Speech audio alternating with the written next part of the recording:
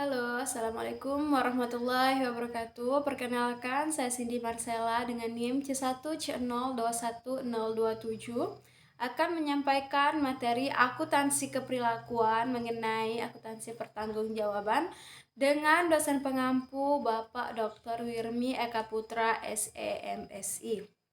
Adapun kajian materi kita pada kali ini yaitu yang pertama pengertian akuntansi pertanggungjawaban, kemudian akuntansi pertanggungjawaban dari akuntansi konvensional, kemudian jaringan pertanggungjawaban, perencanaan akumulasi data, pelaporan berdasarkan pusat pertanggungjawaban, jenis pusat pertanggungjawaban, bagaimana menetapkan pertanggungjawaban, dan yang terakhir asumsi keperilakuan dari akuntansi pertanggungjawaban.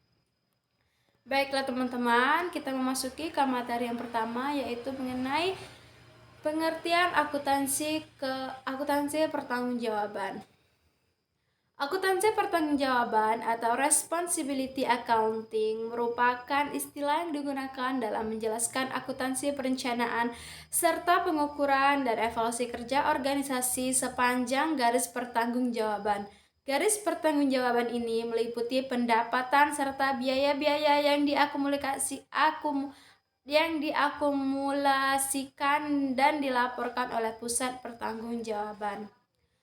Akuntansi pertanggungjawaban adalah jawaban akuntansi manajemen terhadap pengetahuan umum bahwa masalah-masalah bisnis dapat dikendalikan seefektif mungkin dengan mengendalikan orang-orang yang bertanggung jawab untuk menjalankan operasi tersebut. Materi selanjutnya akuntansi pertanggungjawaban versus akuntansi konvensional. Akuntansi pertanggungjawaban tidaklah melibatkan deviasi apapun dari prinsip akuntansi yang diterima secara umum. Akuntansi pertanggungjawaban berbeda dengan akuntansi konvensional dalam hal cara operasi direncanakan dan cara data akuntansi diklasifikasikan serta diakumulasikan. Dalam akuntansi konvensional, data diklasifikasikan berdasarkan hakikat atau fungsinya dan tidak digambarkan sebagai individu-individu yang bertanggung jawab atas terjadinya dan pengendalian terhadap data tersebut. Oleh karena itu, data akuntansi konvensional mempunyai nilai yang terbatas bagi manajer dalam memantau efisiensi dari aktivitas harian mereka. Akuntansi pertanggungjawaban meningkatkan relevansi dari informasi non-akuntansi dengan cara menetapkan suatu kerangka kerja untuk perencanaan, akumulasi data, dan pelaporan yang sesuai dengan struktur organisasional dan hierarki pertanggungjawaban dari suatu perusahaan. Materi selanjutnya jaringan pertanggungjawaban. Akuntansi pertanggungjawaban didasarkan pada pemikiran bahwa seluruh biaya dapat dikendalikan dan bahwa masalahnya hanya terletak pada penetapan titik pengendaliannya. Untuk tujuan ini, struktur organisasi perusahaan dibagi-bagi ke dalam suatu jaringan pusat pertanggungjawaban secara individual atau sebagaimana didefinisikan oleh National Association of Accountants ke dalam unit-unit organisasional yang terlibat dalam pelaksanaan suatu fungsi tunggal atau sekelompok fungsi yang saling berkaitan satu sama lain yang memiliki seorang kepala yang bertanggung jawab untuk aktivitas dari unit tersebut. Materi selanjutnya jenis-jenis pusat pertanggungjawaban. Yang pertama ada pusat biaya. Pusat biaya merupakan bidang tanggung jawab yang menghasilkan suatu produk atau memberikan suatu jasa. Yang kedua pusat pendapatan. Contoh-contoh dari pusat pendapatan meliputi departemen pemasaran, pusat distribusi, bagian barang jualan di toko serba ada atau tenaga penjual individual. Yang ketiga ada pusat laba. Pusat laba adalah segmen di mana manajer memiliki kendali baik atas pendapatan maupun atas biaya. Yang keempat ada pusat investasi. Manajer pusat investasi bertanggung jawab terhadap investasi dalam aktiva serta pengendalian atas pendapatan dan biaya. Yang kelima ada korelasi dengan struktur organisasi.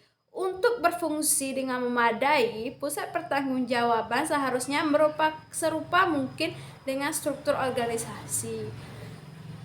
Materi selanjutnya yaitu menetapkan pertanggungjawaban. Setelah memilih jenis dari struktur organisasi, maka tugas penting berikutnya adalah membangun suatu sistem pertanggungjawaban yang efektif. Secara keperilakuan adalah menggambarkan pertanggungjawaban. Tanggung jawab adalah pemenuhan dari suatu pekerjaan. Tanpa hal tersebut, moral akan menderita.